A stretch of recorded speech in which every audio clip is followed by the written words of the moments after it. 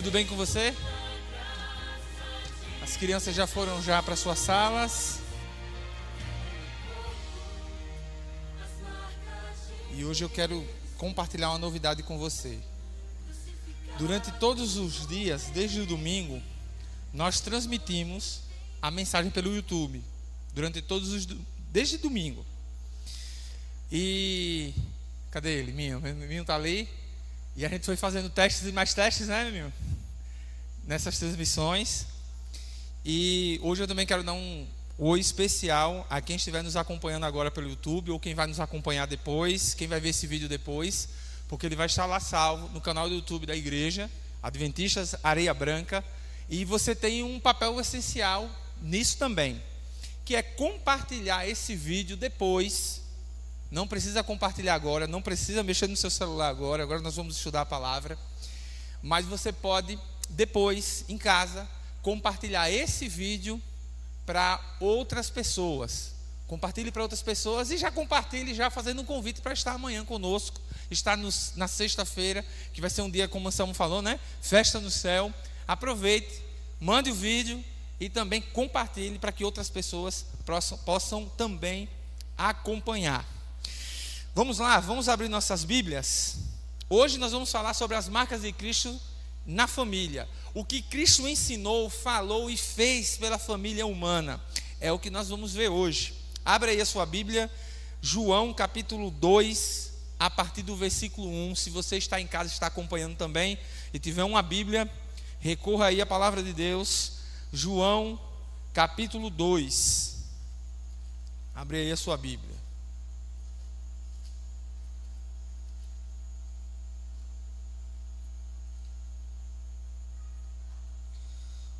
João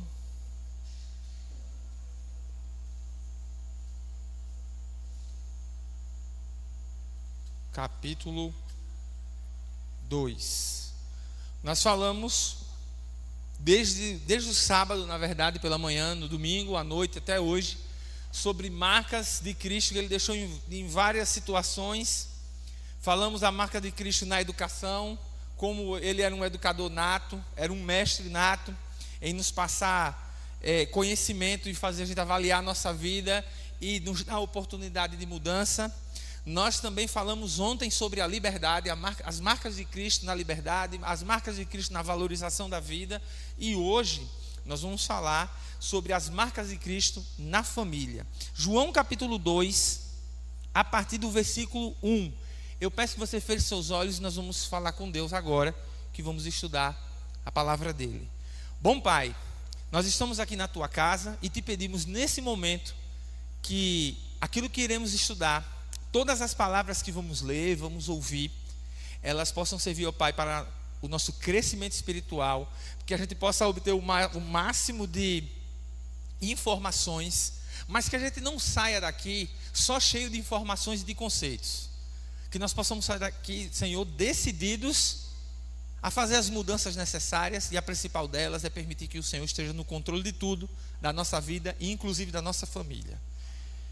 Muito obrigado pela oportunidade que o Senhor nos dá agora de estudarmos a palavra. Em nome de Jesus nós pedimos e te agradecemos. Amém. João, capítulo 2, a partir do versículo 1. Acompanha aí o que a palavra de Deus diz. 3 dias depois, houve um casamento em Caná da Galileia, achando-se ali a mãe de Jesus. Jesus também foi convidado com os seus discípulos para o casamento. Tendo acabado o vinho, a mãe de Jesus disse: eles não têm mais vinho. Mas Jesus lhe disse: mulher, que tenho contigo? Ainda não é chegada a minha hora. Então ela lhe falou aos serventes: fazei tudo o que ele vos disser. Estavam ali 6 talhas de pedra, onde os judeus usavam para as purificações, e cada uma levava 2 ou 3 metretas. Jesus lhe disse: enchei de água as talhas, e eles encheram totalmente. Então eles determinaram: tirai agora e levai ao mestre-sala, e eles o fizeram. Tendo o mestre-sala provado a água transformada em vinho, e não sabendo de onde viera, se bem que sabiam os serventes que haviam tirado a água, chamou o noivo e disse: todos costumam pôr primeiro o bom vinho, E quando já beberam fartamente, serve o inferior. Tu, porém, guardaste o bom vinho até agora. Com esse, deu Jesus princípio aos sinais em Caná da Galileia, manifestou toda a sua glória, e os seus discípulos creram nele. Temos muitas informações para começarmos esse texto de hoje. A primeira coisa, que interessante, que Jesus ele começa o seu ministério com um milagre. E um milagre foi aonde? Em uma festa de casamento. Em uma festa de casamento. Temos muitas lições para tirar logo no começo dos 3 primeiros versículos que nós lemos aqui, do 1, do 2 e do 3. Mas talvez a primeira coisa que nós temos que entender é que a família ela sofre um ataque pesado do mal, como outras coisas também, como outras instituições também, como a palavra de Deus sofre. Agora a família tem sofrido cada dia mais ataques do inimigo, visando a destruição e a deturpação. Daqui a pouco nós vamos falar que tem uma grande diferença entre a destruição da família e a deturpação da família, que são planos que infelizmente o mal usam para acabar com essa célula tão importante na sociedade e no mundo espiritual que é a família. Pois bem, o casamento e a família eles estão sob ataque. Porém, aquele casal tinha uma vantagem. Eles tinham convidado quem? Jesus. Qual é então a primeira característica ou a primeira lição que nós podemos tirar hoje? Que se nós queremos deixar a nossa família blindada antes dos ataques do mal, o nosso casamento blindado antes dos ataques do mal, nós precisamos convidar quem para estar na nossa família e no nosso casamento? Jesus. Essa é a lição número 1. A partir de Jesus ser convidado, tudo se resolveu. Temos outras lições para tirar. Quer ver outra lição fácil que a gente percebe? Não é pelo fato que Jesus foi convidado para a festa que não existiu crise, não existiu problema. Jesus foi convidado, mas existiu problema sim ou não? Sim. Faltou o vinho. Gente, para nós entendermos um pouco, faltar o vinho naquela época era como se hoje faltasse o bolo. Imagina, você vai fazer uma festa de casamento ou de aniversário e dá um problema no bolo. O pessoal que vinha trazendo o bolo passou um quebra-mola muito alto e virou e chega assim pro aniversariante: olha, vamos bater o parabéns aqui com esse bolinho aqui que a gente comprou ali na padaria. Vamos botar uma velhinha em cima porque não tem bolo. Porque o bolo aconteceu um acidente e infelizmente não vamos ter bolo. Seria um vexame, sim ou não? Seria ou não seria um vexame? Tudo pronto, se for aniversário de criança, né? Bola de assopro no lugar, tudo colorido. Se for casamento, tudo bonito, falta o bolo. Chega, a gente fica até, né, assim, é bom nem pensar, né? É bom nem pensar. Imagine se fosse com você, Deus o livre, isso acontecesse. Seria um vexame. Então você imagine que crise passaram aquele casal quando o vinho acabou. Agora você pode entender um pouquinho o que significa faltar o vinho. Era como se hoje na nossa cultura faltasse o bolo. Mas quem foi convidado? Jesus. E uma das primeiras lições que nós aprendemos aqui é que nós temos que convidar Jesus para o nosso casamento, para a nossa família, mas que as famílias enfrentam problemas, independentemente se convidamos Jesus ou não.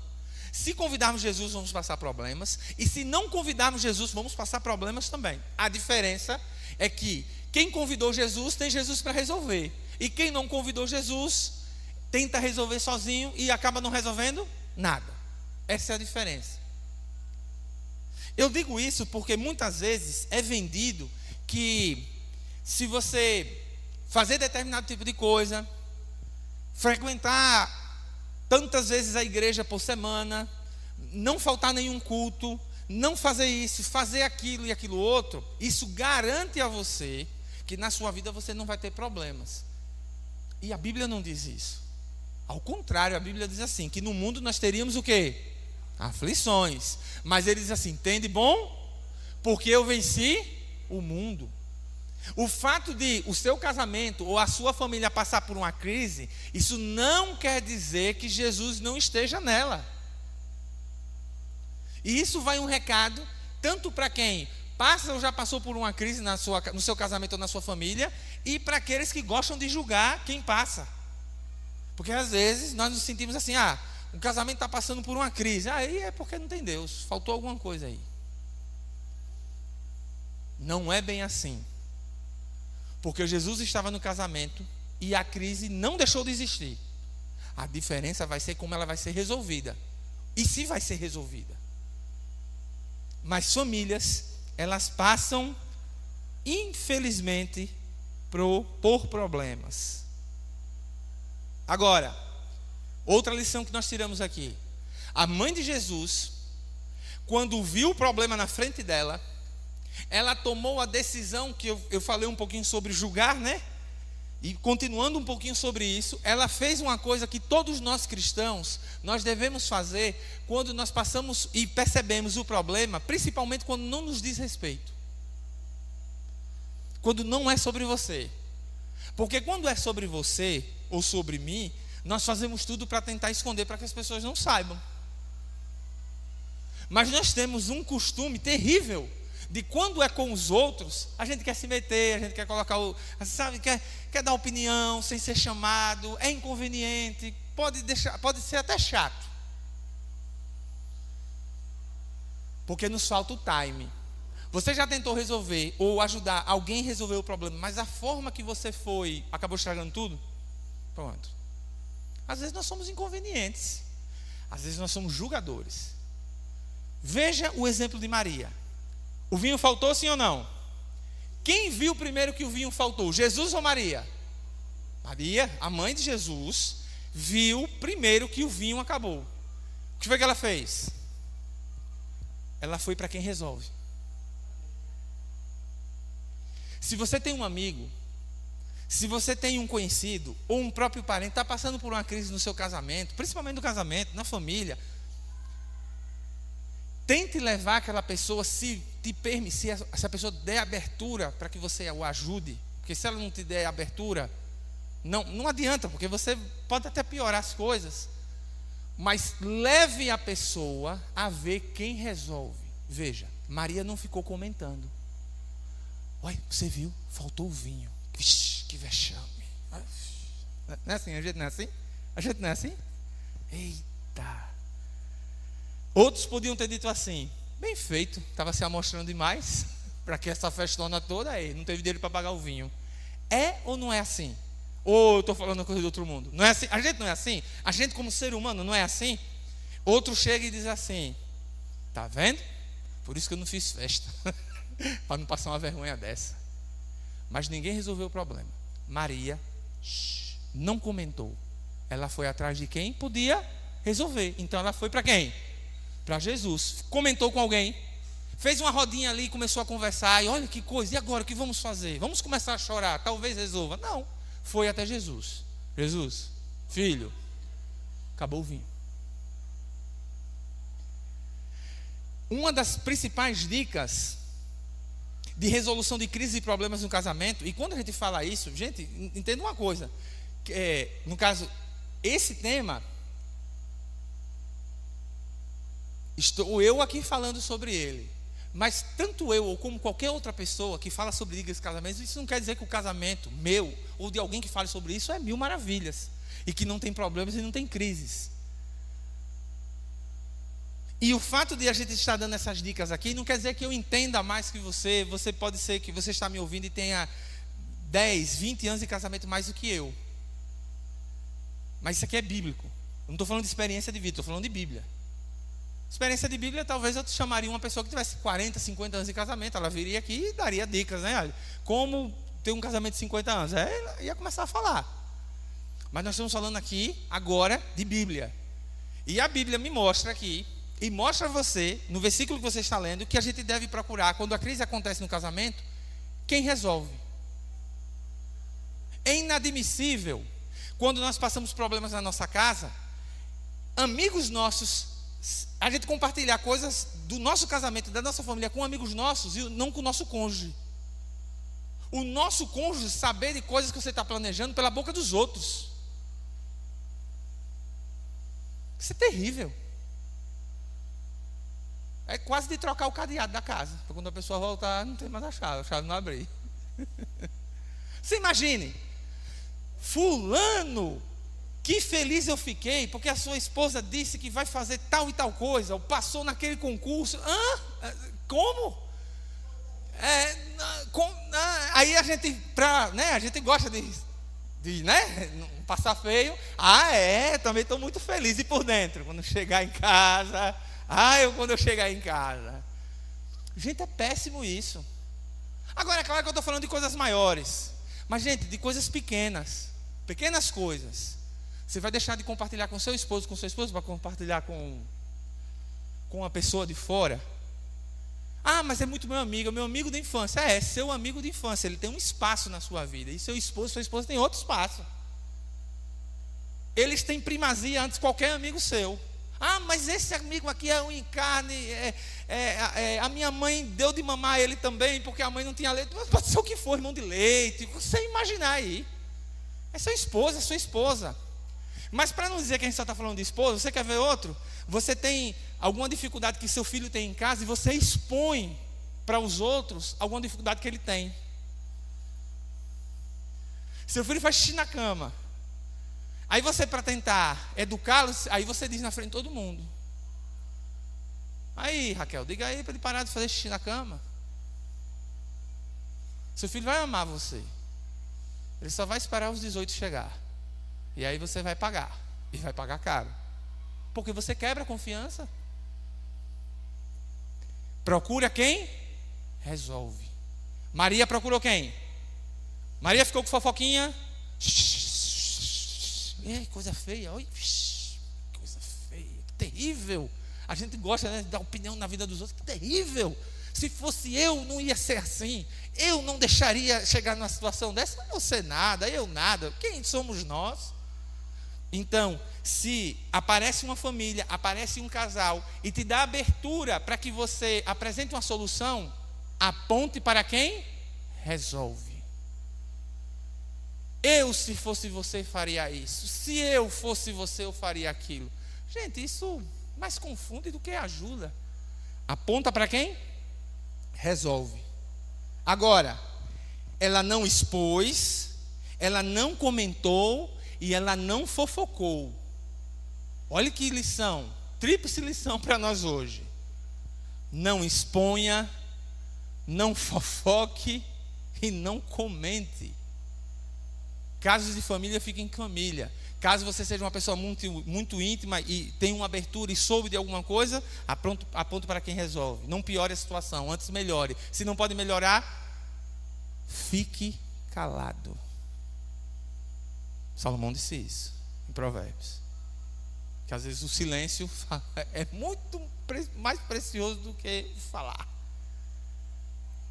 E Maria fez isso. Crises do casamento. Quando nós olhamos isso, se a gente der uma olhada assim rapidona em crises que abalam o casamento, elas geralmente estão baseadas em 3. Primeiro, sexo. Veja como o diabo deturpou o sexo. A Bíblia fala que a relação sexual, ela é uma dádiva de Deus no casamento. O que é que se diz aí fora? Não precisa me dizer, mas você sabe o que é que se diz aí fora. Deturpou. E aí você veja a quantidade de males que isso vem trazendo presentes para a família. Na sociedade, quantos filhos e filhas sem pai nós temos hoje? Quantas crianças abandonadas nós temos? Frutos de relações corriqueiras assim, a pessoa conheceu numa festa, pronto, foi, engravidou, depois não tem como cuidar, aquela coisa, não tem uma educação, às vezes uma criança cuidando de outra criança. Tudo porque o ser humano conseguiu desviar-se do caminho de Deus. É o seguinte, olha, relação sexual no casamento. Tem que ter maturidade, principalmente para estar casado, para dar esse passo e ter essa bênção. Tudo bem. O mundo diz outro contrário. Não, você que diz quando você está preparado com isso e do jeito que você quiser fazer e da maneira que você quiser fazer. E hoje a gente vê as consequências físicas. A gente vê as consequências físicas hoje. Não estou falando de maldição divina. Eu estou falando de crianças que são jogadas nas ruas.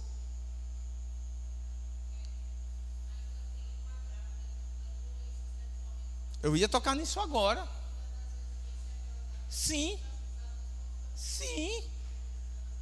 As DSTs, que não é só com aquelas pessoas que concordaram em fazer aquilo, mas colocam outra pessoa que não pediu para nascer, que não pediu para estar ali. Fugiu do propósito. Quer ver outra coisa que abala o casamento e a família? Não só o casamento, a família, a figura do pai e da mãe. Os desenhos, principalmente os desenhos, os filmes, como é que eles estão apresentando os pais hoje? O pai e a mãe. O pai é um bobão, sim ou não? É um bobão que fala piada sem graça, que não está nem aí para os filhos. Um panaca, como a gente chama lá no sul. É isso que os desenhos hoje, eles colocam como caricatura da família. E a mãe que trabalha, que rala. E veja que essa teoria está tão enraizada que muitas das vezes, quando alguém diz assim, estou grávida, ou fulano está grávida, veja se tem esse comentário, coitada, não é assim? Tão nova, né? Não é assim? Tão nova, acabou com a vida dela, porque o mundo está descaracterizando a família.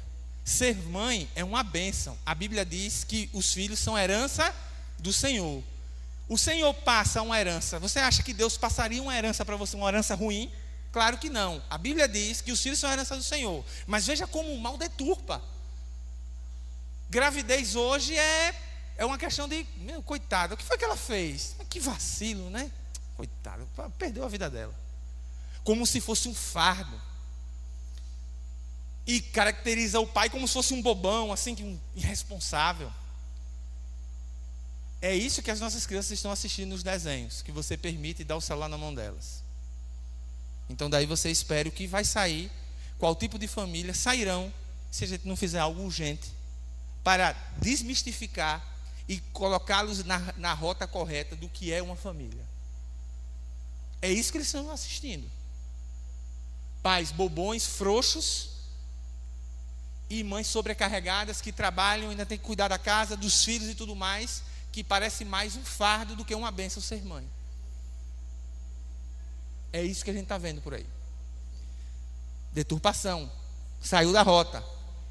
Essa é a segunda coisa que mais traz crise na família. Quer a terceira?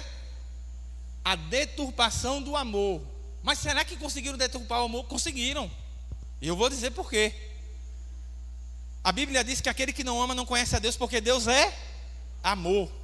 Só que hoje as pessoas já não estão achando que Deus é amor, estão achando que o amor é Deus. Ou seja, o amor está acima de tudo. Pelo amor eu posso fazer qualquer coisa, eu posso acabar com a vida de alguém, contanto que o meu amor esteja ali preservado.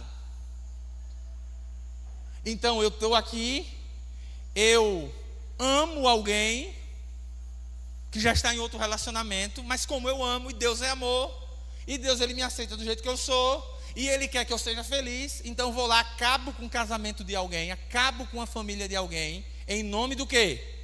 Do amor. O mal também conseguiu deturpar o amor, deturpou a questão sexual, deturpou o papel da família, o papel de mãe, o papel de pai, o papel de filho dentro de casa, e deturpa também o que é amor. Por amor as pessoas estão fazendo tudo. Eu matei por quê? Porque eu amava tanto que matei. Assustador isso. Deturpando, e essa deturpação tem gerado o quê? As crises. Essa é a falta de vinho nos casamentos de hoje e nas famílias de hoje. Elas residem aí. Mas vamos lá. Mas tem esperança. Pela graça de Deus, tem esperança. Mas quando as crises aparecem, Os seres humanos, eles são levados a fazer o quê? A buscar soluções por eles mesmos. Quantas e quantas pessoas estão criando seus filhos através do YouTube, pela televisão? Os desenhos é que estão educando os filhos. Os pais estão deixando de educar os filhos e estão passando esse poder de educação para a televisão, para o celular, para qualquer outra coisa. Ou para um influencer que disse a você que criar o filho tem que ser desse jeito. Aí você vai. Outros dizem, não tem que ser desse jeito. Aí você vai fazer também. Você não tem princípio.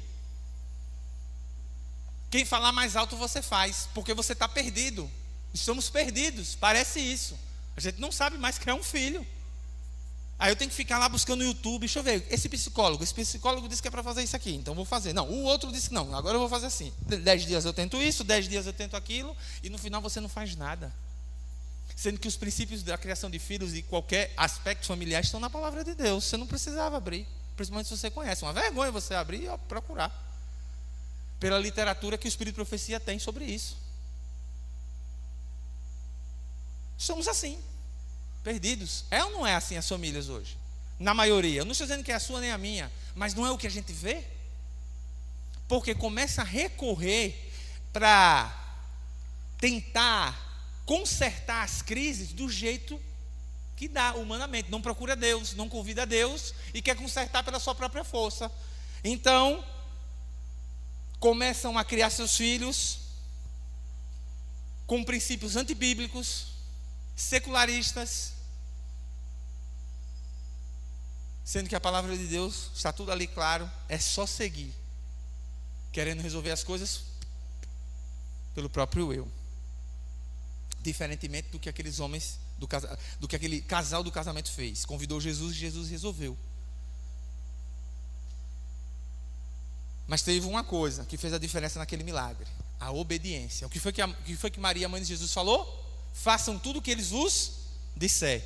Aí Jesus disse assim: está vendo essas talhas de água? Encham de água. Eles encheram. Agora peguem essa água. Os caras não entenderam nada, mas pegaram. Quando eles pegaram, era a água que tinha nas talhas? Não, era vinho. Mas por que isso aconteceu? Porque eles foram obedientes. Gente, nós temos a palavra de Deus ao nosso dispor.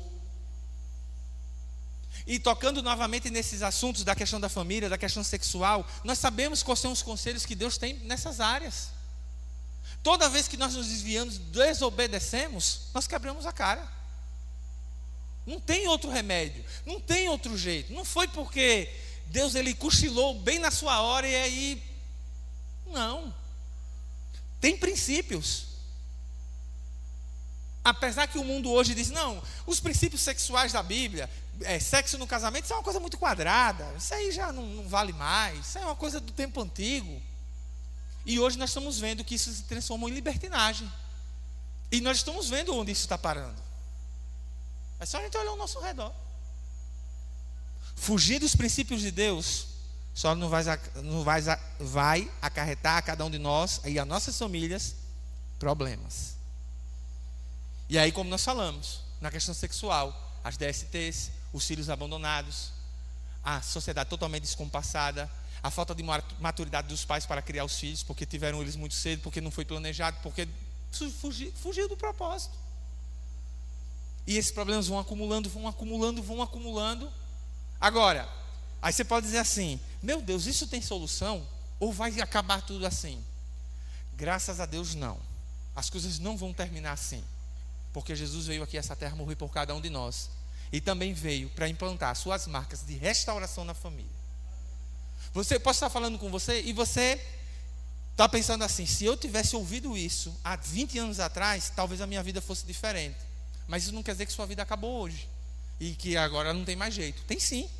Porque Jesus ele não vem só para voltar o vinho do casamento, mas para restaurar o casamento. Voltar ao vinho que acabou da família, mas para restaurar a família. Então ainda tem chance para você. É claro que se você tivesse ouvido isso há muito tempo atrás, seria diferente. Mas hoje, Deus ele te propõe uma oportunidade tão grande quanto se você tivesse ouvido lá atrás. Que é a oportunidade de obedecer e seguir os seus princípios. A obediência abre caminho para os milagres.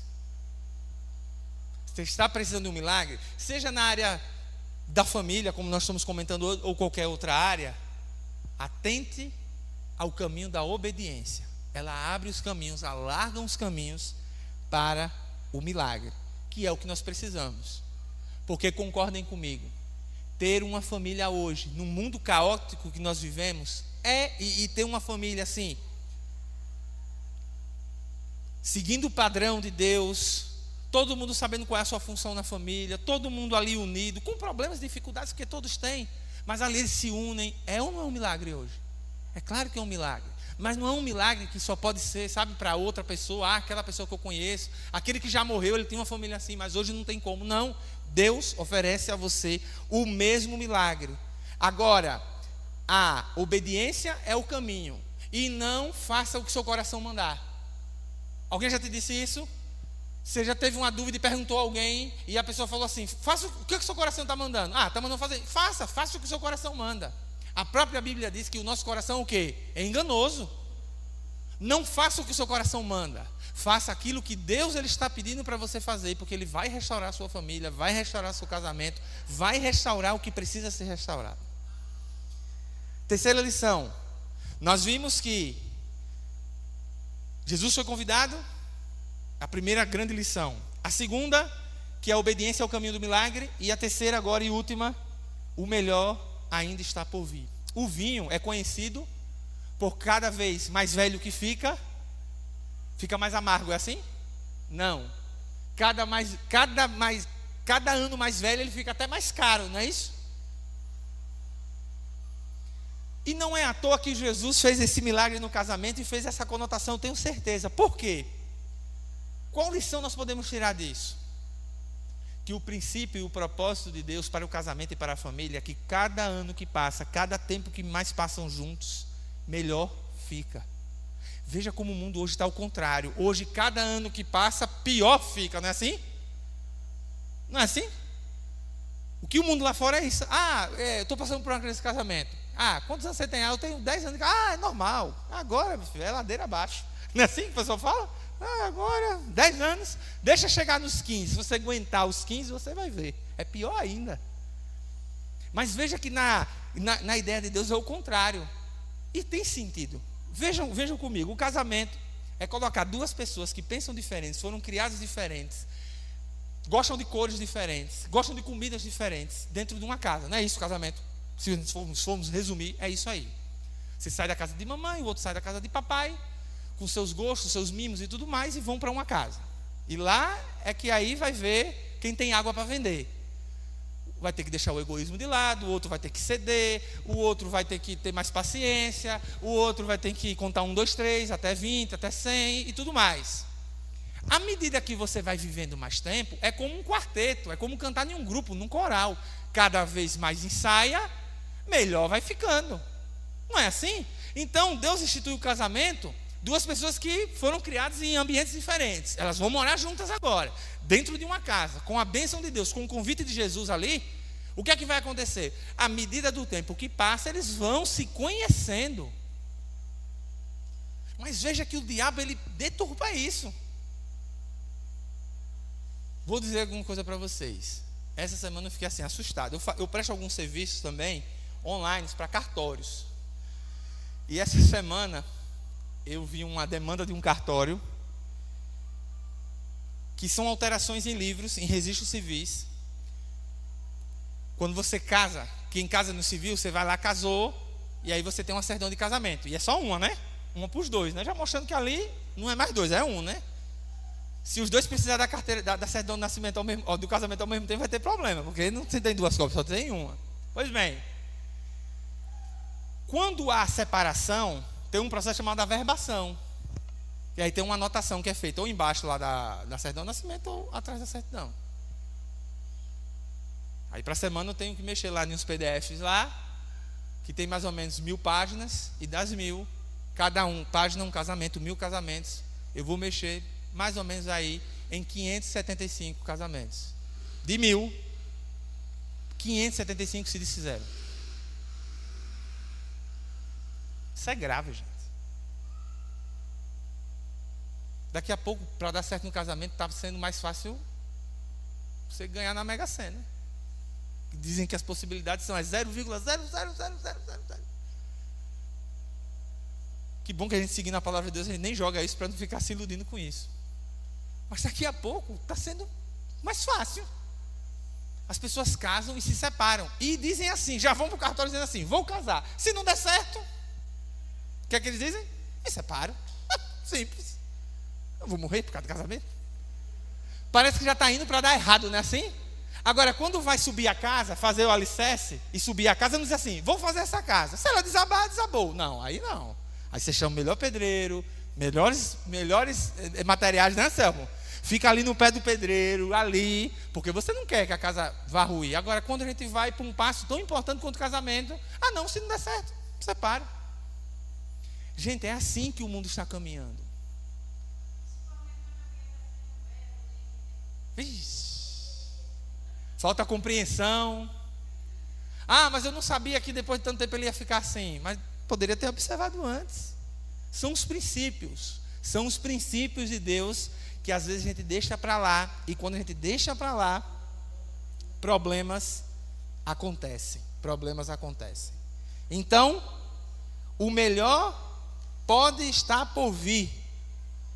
Do mesmo jeito do vinho, quanto mais velho, melhor fica. A proposta de Deus para a sua família e para o seu casamento é que quanto mais tempo passarem juntos com Deus ali na família, melhor vocês vão se entenderem e melhor vocês vão se unirem para enfrentar as crises que vão acontecer, como em toda família acontece.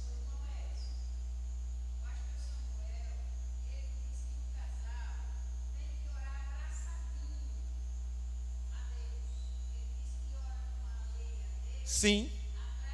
Está vendo aí? Como? É isso aí. É um desafio, mas é claro que é um desafio. Hoje o mundo trata o casamento como piada. Não é como piada? Casei. Deixa de brincadeira, né? Procura fazer. Você casou, pronto, agora o mundo pode acabar. Você se casou, né? O que foi que você fez? Onde você estava com a cabeça? Hoje as frases são assim. Casamento virou piada. Cuidado com os filhos por causa de uma forma, vamos dizer assim, um emocionalismo exagerado. Nós não estamos ensinando as nossas crianças a ouvirem não. Porque agora se diz que se a gente dizer não, a gente vai traumatizar. E aí as crianças estão crescendo sem ouvir não.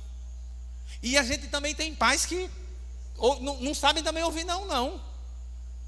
Hoje nós temos adultos que não sabem ouvir não. Você conhece algum adulto que não sabe ouvir não? Assim, você diz não e a pessoa assim, não quer, só falta sentar no chão e fazer uma birra. É isso que nós estamos ensinando às nossas crianças. Não vai traumatizar. Não, deixa ele fazer. Ele quer queimar a casa, dá o fósforo, dá o álcool. Vai, meu filho, queima a casa. Isso, meu filho, isso é assim mesmo. Isso, esse é o garoto do papai. Gente, não. Porque se eles não aprendem a ouvir não nossos, um dia eles vão ouvir. E qual vai ser a reação deles quando ele ouvir um não, a primeira vez que ele ouvir um não? Eles precisam ouvir. E essa dura missão é nossa. Nós temos que preparar nossos filhos não só para a vida eterna. Nós temos que preparar os nossos filhos para essa vida. Nós precisamos preparar os nossos filhos para serem cidadãos do céu. Mas nós precisamos preparar os nossos filhos para ser cidadãos aqui na terra. Pessoas íntegras, justas. São pecadores? Nossos filhos são pecadores, sim ou não? Tem algum aqui que tem um filho santo? Se tiver, no final, converso com você. Vou abrir uns versículos para você para tirar essa ideia. Não, mas é seu filho. Só você pode falar isso. Não é assim? O meu filho tem meus defeitos. Claro que tem defeitos. Tem defeitos que são meus. Eu olho ali e me vejo ali. Falei, meu Deus, é eu aí. Igualzinho ao papai, quando o papai era pequeno. Igual. Mas você não pode falar. Quem pode falar sou eu. Nós temos esse senso de proteção. E isso é normal, porque nós somos pais. É claro que você não vai deixar as pessoas humilharem seu filho, mas ali, dentro de casa, na família, eles precisam ser ensinados.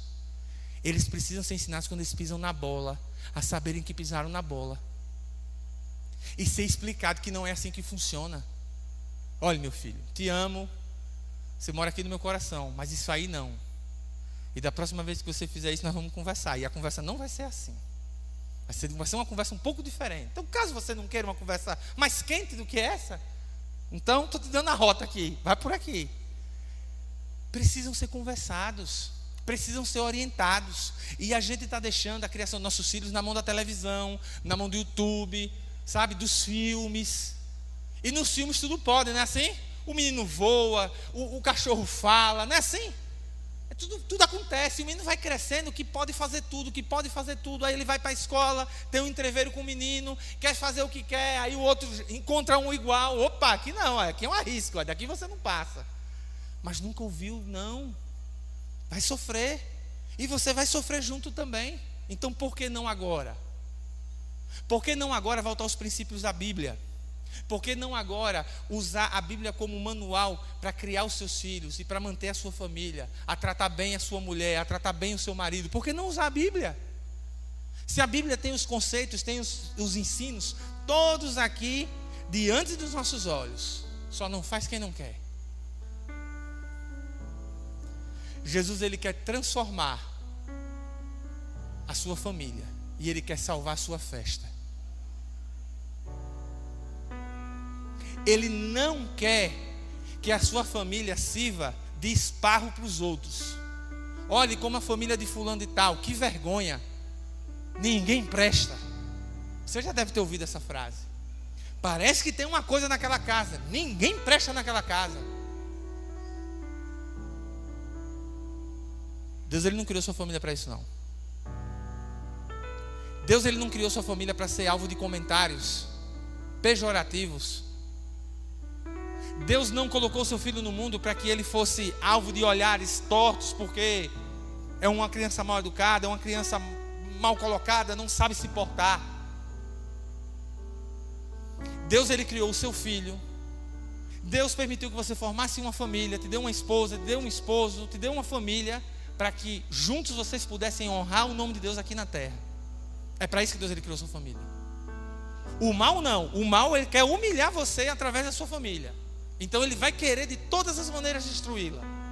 Mas se Jesus estiver dentro da sua família, ele salva o seu casamento, ele salva a sua família, e o vinho que acabou, ele vai voltar, ele vai aparecer, porque Jesus tem poder para fazer isso.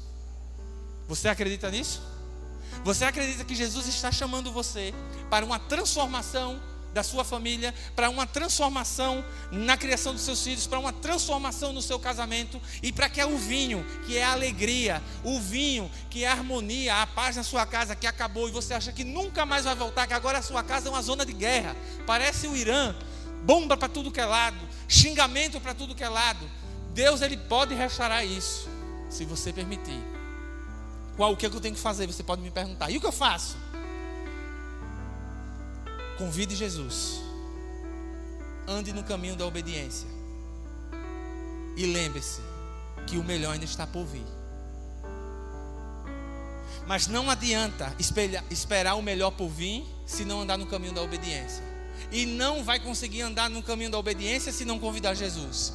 É uma escada. Primeiro, você convida Jesus. Depois, você anda no caminho da obediência, porque Jesus já está ali. Ele vai te dar o caminho para você andar. E depois que você anda no caminho da obediência, você sobe para o terceiro passo, que é esperar o melhor de Deus para você e para a sua família. Como eu disse a você, Jesus, ele não trouxe a sua família ao mundo. Ele não permitiu que você se casasse com quem você se casou. Ele não permitiu que você formasse a família que você formou, teus filhos, as heranças do Senhor que você teve, para que sejam vergonha para você, mas para que sejam alegria. Aí você fala, mas Edson, tem tanta gente aí fora que, sabe, a família é uma tristeza, o casamento é uma tristeza. Ou talvez você está aqui e acha assim, eu me sinto melhor quando eu estou fora de casa, porque dentro da minha casa é um inferno.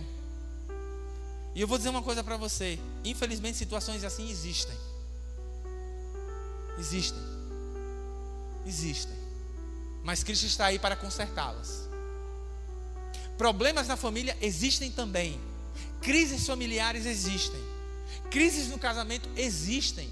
Enquanto nós estivermos aqui nessa terra, eles vão continuar existindo. Mas maior do que eles é o convidado que você vai trazer para a sua casa, que é Jesus.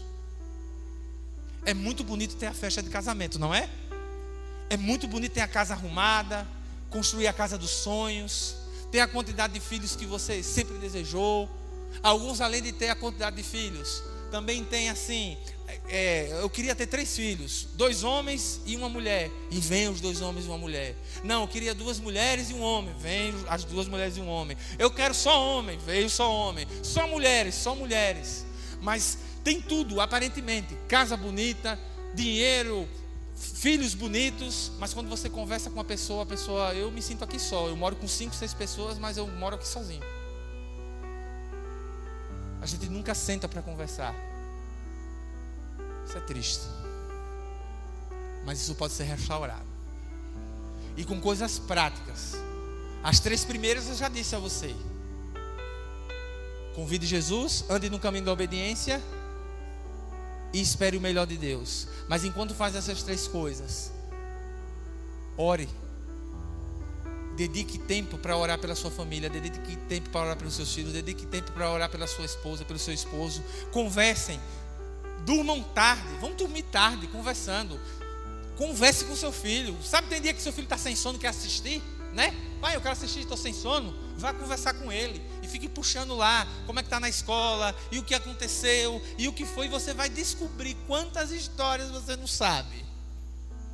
Porque ele vai se tornar seu amigo. Pai, aconteceu isso. Foi, meu filho? Foi, aconteceu. E eu fiz isso e isso. Mas, rapaz, você sabia que não era para fazer assim. Rapaz, mas na hora... Lá em casa nós já estamos nesse tipo de relacionamento.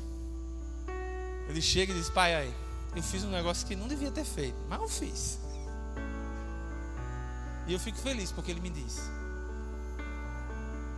Talvez eu vou ficar muito triste quando eu souber pelos outros. Você repreende, tenta colocar na rota, mas é tão bom e fica perdendo tempo. Você perde aqui, ó. Aqui você perde tempo. Mas às vezes, como hoje, nós passamos 15 minutos do horário. Às vezes a gente já fica agoniado para ir para casa. Mas aqui a gente fica 3, 4 horas aqui e a gente não vê o tempo passar. E a gente acha que ganhou alguma coisa aqui. Aqui a gente perde.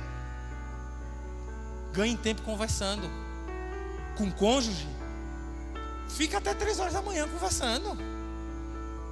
E você vai ver quanta coisa você não sabe também. E pergunte, e ouça, e fale, conversem. Nós estamos, eu e minha esposa, a gente está no ministério aqui, o Ministério da Família, e a gente está visitando as famílias da igreja. Se a sua família não foi visitada, será. E a gente percebe às vezes, visitando as famílias, que nós temos dificuldade, as pessoas ficam desconfortáveis em sentar umas juntas das outras, na família. As salas são bonitas, confortáveis, mas parece que não existe ninguém ali. Porque cada um vai para o seu lado, um corre para um lado, outro trabalha, outro... E não fica ninguém, parece que não existe ninguém ali. É um albergue, é um hotel. Você vai, dorme, come, trabalha, volta, descansa. E não é uma família. As pessoas parecem que não estão acostumadas a ficarem juntas. Pode ser. E se for necessário, corte. Pode ser que você ache que a ideia da irmã Marisa seja muito radical, cortar o roteador. Pode ser. Mas deixa eu perguntar uma coisa para você. Pela salvação da sua família, você cortaria? Cortaria? Para salvar um filho seu, você daria um rim seu para ele? E por que, se você vê necessidade de cortar o roteador, você não cortaria? Não estou dizendo aqui, olha, eu fui para a igreja e o pregador mandou cortar o roteador. Não foi isso. Mas o que for preciso para salvar a sua família, que esteja no seu poder, faça. Faça. Faça. Sim.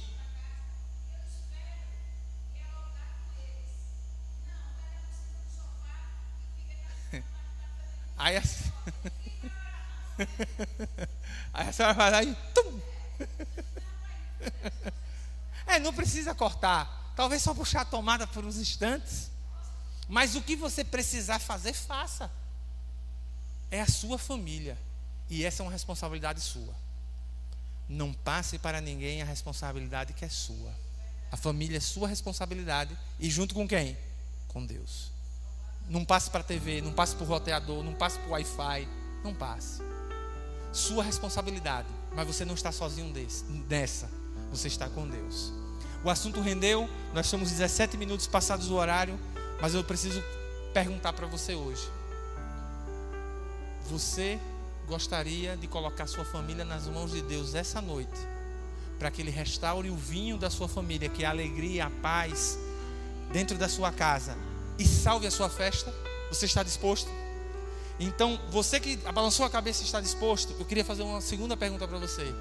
Quantos nessa noite teriam coragem de vir aqui à frente dos dois lados aqui? Como ficar melhor para você, para que eu possa fazer uma oração especial para a sua família? Você gostaria? Então venha. Venha. Se você tem o desejo de transformar, que a sua família seja transformada, o vinho da sua casa, que é a alegria, a paz, ele seja restaurado, e que Jesus salve a sua festa de casamento, salve a festa da criação dos seus filhos, salve a harmonia do seu lar. Pois bem, eu convido a você que feche seus olhos e nós vamos orar. E enquanto nós oramos, com o coração voltado para Deus, que é para quem nós vamos orar agora, pense nos seus queridos, nos seus filhos, na sua mãe, no seu pai, na sua família nesse momento. E junto com o seu coração, no seu coração, peça a Deus que eles que não estão aqui, cada um aqui está representando uma família diferente. Tem algumas famílias que estão juntas, outras não. Mas que Deus eles possam estar, Deus ele vá agora, acompanhe e fale no coração deles agora. E te ajude nessa campanha, nessa missão, de junto com Ele, ter transformação na sua casa. Feche seus olhos. Querido Deus, nós estamos aqui na tua casa e nós vimos o milagre que o Senhor fez no casamento em Caná. Só que aquele milagre não foi só lá. O Senhor oferece também que esse milagre seja feito na casa de cada um que está aqui. E é por isso que nós estamos aqui na frente. Porque nós acreditamos no seu poder de fazer o vinho voltar a ter vinho dentro da nossa casa. Que na verdade o vinho, ó Pai, nós não estamos falando agora do suco da uva, nós estamos falando da paz, nós estamos falando da tranquilidade, nós estamos falando da alegria, da harmonia, que um dia pode ter sido perdida dentro das nossas casas. O Senhor se oferece nesse momento para restaurar, e salvando assim a nossa festa de casamento, salvando assim a criação dos nossos filhos, preparando os nossos pequenos, ou já grandes, ou já adolescentes, a serem cidadãos do céu, mas também serem bons cidadãos aqui na terra. Sozinhos nós não vamos conseguir, mas nós queremos seguir, e com esse ato de vir aqui à frente, nós damos o primeiro passo, que é convidando o Senhor. Convidamos o Senhor agora no nosso casamento, convidamos o Senhor agora na nossa casa. Nos ajuda, tendo convidado o Senhor, a andarmos no caminho da obediência. E o caminho da obediência está descrito na tua palavra, que nós possamos buscá-la e entendê-la cada vez mais, para saber aquilo que é bom para a nossa família, qual é o projeto de Deus para mim e para a família de cada um aqui, está na palavra, que nós possamos buscar a palavra e que nós possamos esperar tranquilos que o melhor ainda da nossa família está por vir, se temos o Senhor dentro da nossa casa e se andamos no caminho da obediência. Abençoa cada família aqui representada. Quantos corações estão aqui? Estão aqui, mas estão com seus pensamentos voltados agora, talvez para seu esposo, sua esposa, seus filhos, sua mãe, o seu pai. Eu não sei, mas o Senhor sabe. Esteja visitando a cada pessoa dessa nesse momento, e que nós possamos voltar para as nossas casas, para os nossos lares, dispostos a fazer mudanças, para que a nossa casa seja um lugar que seja o melhor lugar, e o lugar que nós mais queremos estar seja a nossa casa. Para que essas mudanças aconteçam, precisamos do Senhor, e é o que nós estamos fazendo isso agora. Nós vamos voltar para casa, e agora que voltarmos para casa, nos ajuda a já começarmos a ver mudanças, não pelo nosso poder, mas pelo teu poder. E que em breve nós possamos estar voltando aqui contando o nosso testemunho de como o Senhor mudou a sorte, mudou a visão, mudou o cheiro, mudou o ar da nossa casa, pelo poder do Espírito Santo. É o que nós pedimos e te agradecemos em nome de Jesus. Amém. Amém. Nós aguardamos vocês amanhã no mesmo horário, às 7:30 da noite. Tenham todos uma boa noite.